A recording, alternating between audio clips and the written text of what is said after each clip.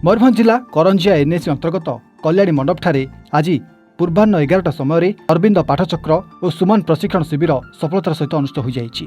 कार्यक्रम में ओडिशा सुमन कोऑर्डिनेटर श्रीधर बेहेरा मुख्य अतिथि भाव जोग देइथिले। समेत अतिथि भाव राज्य सुमन पाठचक्र आवाहक सुकांति जेना, पाठचक्र सह संयोजिका अनुपमा साहू एवं राज्य सुमन सह संयोजिका कौशल्या सामल, मयूरभंज जिला सुमन संयोजिका गायत्री दास उपस्थित रही कार्यक्रम को संबोधित करथिले।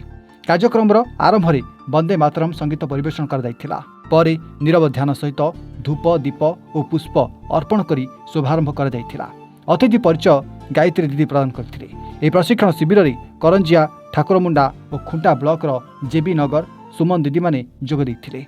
प्रशिक्षण पर से निज निज ब्लॉकर आयुष्मान आरोग्य मंदिर नियुक्ति पाई माँ और शिशु स्वास्थ्य सुरक्षा सचेतनता और सेवा कार्य कार्य करेंगे बोली सूचना मिली। समग्र कार्यक्रम श्रृंखलित परिवेश में संपन्न होता बेले माँ और शिशु स्वास्थ्यावस्था को आहरी सुदृढ़ करने दिगरे यह प्रशिक्षण शिविर गुरुत्वपूर्ण पदक्षेप बोली अतिथि माने मत प्रकाश करथिले।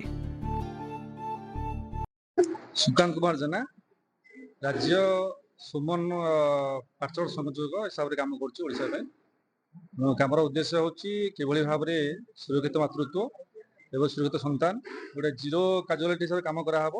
कौन मार मृत्यु हम ना, कौन शिशुर मृत्यु हम ना, से परिप्रेक्षी में आमर श्री अरविंद अनुष्ठान जो ओडिशा कार्य कर अनुष्ठान कमटी मिली से उद्देश्य कम आरंभ कर देचु। ओडिशा सारा किभली सब ब्लॉक कम करहब तेणु विभिन्न जिला ग्रस्त कम आरंभ होम आगे चलो से भाव में माँ और शिशुर सुरक्षा हूँ आम मुख्य प्राधान्य विषय।